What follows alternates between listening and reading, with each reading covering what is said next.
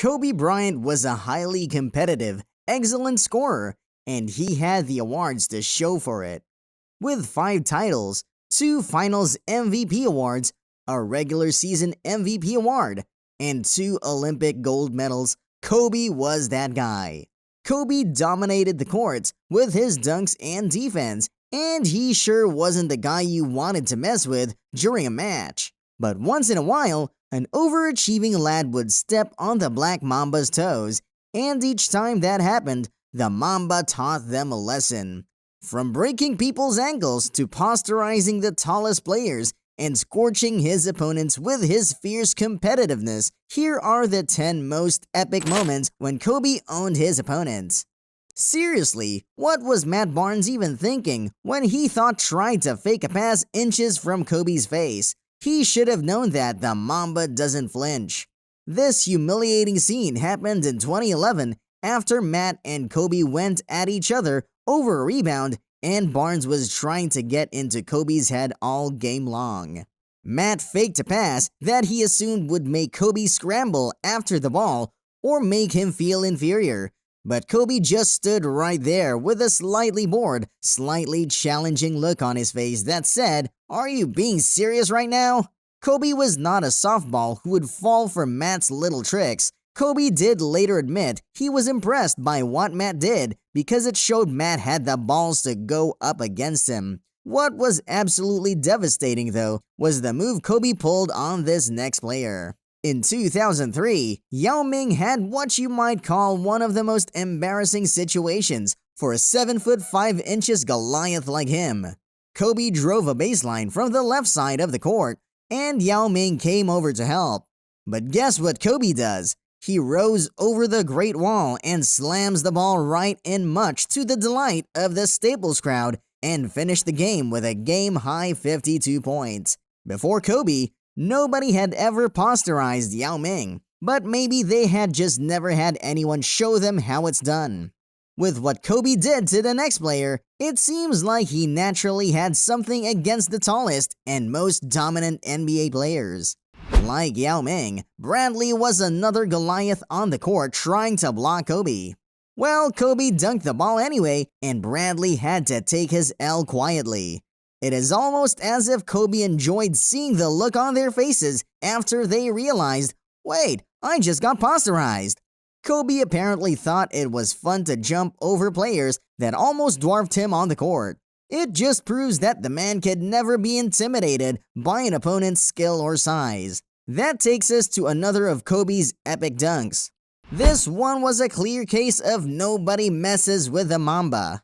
Deron Williams thought he could quickly drop one on the Lakers and motivate the fans and his teammates. But attempting to dunk with an incoming Kobe? That's a suicide mission. Kobe met Deron at the top and blocked what would have been a game-turning shot. Of all the embarrassing things that can happen to an NBA player, getting blocked while attempting a dunk definitely ranks high. However, that completely pales in comparison to what Kobe did to the next guy. Marion was one of the best defenders in the 2000s, but his skill just couldn't match up to Kobe's explosiveness. Kobe crosses Marion, and the guy's body was just completely brutalized. The cross got him so bad, he just lay on the floor like a crumpled mass of embarrassment. Kobe didn't even pay him any mind and went ahead to execute a beautiful two-handed dunk that made the crowd go wild. The next player on this list was even more embarrassed though. Ray Allen had a brief moment in the limelight when he stole the ball from Kobe at half court. It was pretty unusual for Kobe to get picked, but of course, Kobe always has to have the last word. So he chased Allen down, jumped at the same time he jumped, and wickedly spiked his feeble layup attempt into the ground. He capped it off with a death glare at Allen, who was still recovering on the floor. That ought to teach him a lesson or two about respect. Speaking of respect, check out what Kobe did to the next person on the list. When Kyrie Irving was a rookie, he impressed many of the top brass in the NBA, but he was still a rookie, green as grass. That did not stop him from challenging Kobe to a one-on-one though. Maybe he thought he could best Kobe with some slick moves and be able to boast to his friends that he had played ball with the legendary Kobe. He finally got the chance to prove his point in a 2013 Lakers vs. Cavaliers game, and he failed woefully. His teammates were scattered all over the court to allow him to have his moment, and Bryant cornered him near half court. Faced with no other choice, Kyrie made a contested turnaround shot that Kobe blocked easy. 34-year-old Kobe was basically telling rookie Kyrie that he still had a lot to learn. While we can probably forgive Irving for his rookie mistake, there is no explanation for what this next guy did. The thing about this next play was that Patterson had absolutely no reason to do what he did. What on earth made him anoint himself as the Kobe stopper? People who said he did it so he could have a few seconds of fame may not have been totally off the mark because he could not back up his words with action.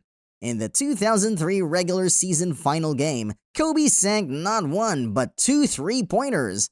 The first with 1.1 seconds left in regulation over Patterson, and the second tray over Patterson's teammate Theo Ratliff in double overtime to win the game.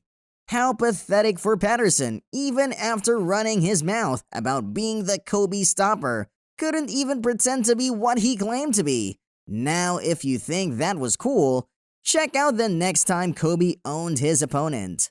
The 2012-2013 season was tough for the Lakers. This was supposed to be the team every other person was afraid to face in a match, but they kept losing game after game. Of course, many people blamed Kobe. He was the team's star player, wasn't he? Of all people making comments, Mark Cuban felt he could say something. He suggested that the Lakers put an amnesty clause on Kobe since he was the team's highest paid player and was responsible for the team's decline. Well, number 24 was not going to take any of that. The next time he faced Cuban's Mavericks, he dropped 38 points on him and forced the guy to eat his words. Then he went home and tweeted, "Amnesty that." Talk about badass! Even more badass is how Kobe taught this next big guy a lesson. Dwight Howard had barely even started his NBA journey when Kobe made him the center of dunk jokes for years to come. The dunk was so humiliating, even the crowd had to take a minute of silence to mourn Howard's reputation that Kobe had just slaughtered. But that was not the end of their encounters, as Kobe and Howard would later develop a kind of feud for a long time. Once, Kobe and Howard got into a scuffle, and Kobe kept throwing shades at Howard, even calling him soft at one point. It was a very embarrassing moment for Howard. In the 2013 season, both players crossed each other again, and it did not end well for Howard. Throughout his career, Kobe could humiliate anyone without batting an eyelid. He was always entertaining to watch. There are probably countless times when Kobe owned his opponents, but the 10 on this list will never be forgotten. R.I.P. Black Mamba, and thank you for the wonderful memories. What other memories do you have of Kobe slaying his opponents? Let us know in the comments below.